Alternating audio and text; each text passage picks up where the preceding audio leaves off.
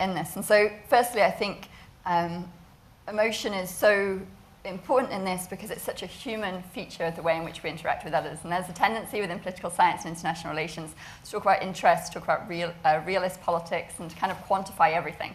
And in so doing, we often remove the very human, emotional dynamics of the way in which we interact with people, the way we respond to people, and how we feel. And I think people like Antonio Damasio have spoken of the way in which feeling underpins our thinking. We think certain things, and in part it's related to our gut feelings, the way in which we respond to the world around us, and vice versa. Our feelings are informed by the way in which we process our thoughts, and they're kind of this interactive, symbiotic process. And so to kind of separate emotion and thinking into kind of rational and irrational is, I think, a false dichotomy. And it's something I think we really need to move away from. We have to understand the way in which emotion shapes discourse and shapes society, the ways in which people can tap into very positive emotions. If you look, for example, at the way in which President Obama was able to create this campaign of hope, and how a lot of people got behind this idea of hope, and that rallied people, and this kind of emotional power says something. And again, I think within this space is also very powerful dynamics of fear, which everybody knows, kind of particularly from a political science and IR perspective, underpins a lot of international theory about realism. This idea of fear and how people respond to fear. But I also think what we need to insert into that is pride and grief and shame and humiliation, and a far broader palette of emotions that people respond to, that kind of shape the way in which they view and interact with messages. And I think we need to be asking, if there is seen to be this problem with information, why is it resonating? Why is it that different societies are finding that it has traction with them? Why is it that it speaks to them? What are the vulnerabilities? And I think to come to the second point is that there's, at the moment, a number of competing trends and dynamics. And I don't actually think they're new. I don't think they've suddenly emerged onto the scene. But I think what we see is this kind of real mix, a real mixture and a disparity between people's expectations of what they should be living and the reality of what they're living. I think you've got kind of discontent over financial situations, socioeconomic situations. I think this is kind of universal across kind of Europe and North America, and I think much more broadly, kind of the sense of people not knowing how to interact with evolving technology, what it means for their lives. What does increasing automation mean for jobs in Rust Belt areas in America? What does that mean when something that your family has had in a trade that a family has had for years is suddenly replaced by a machine? How do you then replace that? What does that mean as well in terms of kind of the pride you have in your industry, the pride you have in your skill set when your skill set suddenly becomes obsolete? How do you replace that in communities and societies?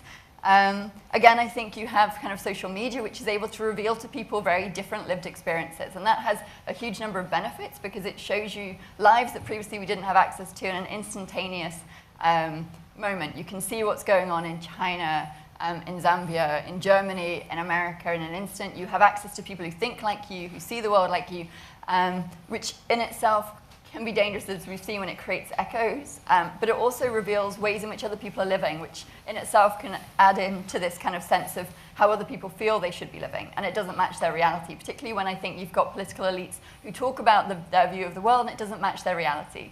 And they're talking about how we're getting more prosperous, and how actually people go, well, actually, at the end of the month, I don't feel wealthier. I feel poorer. I can't send my kids to the school I want. I can't buy the latest gadgets I'm seeing people having on Instagram. I can't seem to deliver that. And then people are talking to that dissatisfaction. And they're talking to kind of the glories of past days. They're talking to, and I think we've seen this in kind of nationalist discourses in various different countries, talking to when things were great. In the UK, which is where I'm from, we had Brexit with this idea of let's take back the power that Britain had, harking back to some golden age that I'm not sure ever really existed, but in the memories it's there, it's very lived, and it's a juxtaposition with what people see at the moment because they're trying to make sense of the world. And I think, I'm very happy to come to this in more detail later on, but I think that's really why we need to be looking more at engaging in understanding and empathy and dialogue about people's different lived experiences. And I think it's very interesting that we look at the way in which political power is very often concentrated, and we had a discussion last night before today's event. Political power is very often concentrated in capitals, whether that's London, whether it's Paris, whether it's Berlin, whether it's DC. And often part of the problem with that is you create, again, these echo chambers where people all think similarly, even if they're of different parts of the political system, even if they're on different sides of the chamber. They kind of view the world, they know how it works through that political lens, and what they don't always know is, well, how does it work? How are people who are viewing it in rural California viewing it, in Detroit, in Newcastle, in Montpellier, in the south of Italy? How does that change? How are they communicating with them?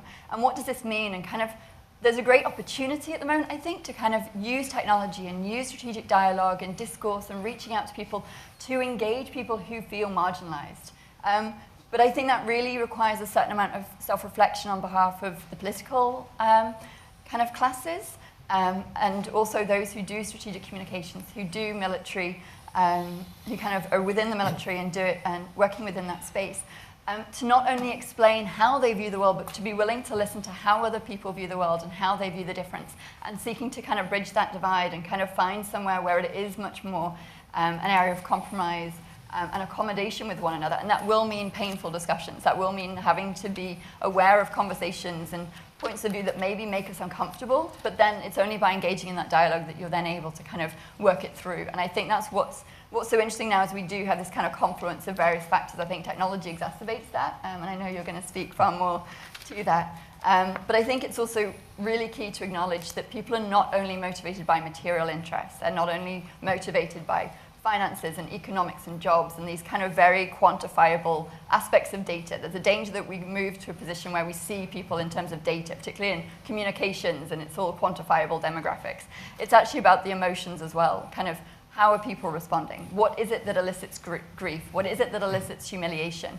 Why is humiliation such a potent force in getting people to do things that are maybe counterintuitive? And where do people find pride, and how can you build these different emotions in so that they're not seen as something negative, but something positive that can be harnessed?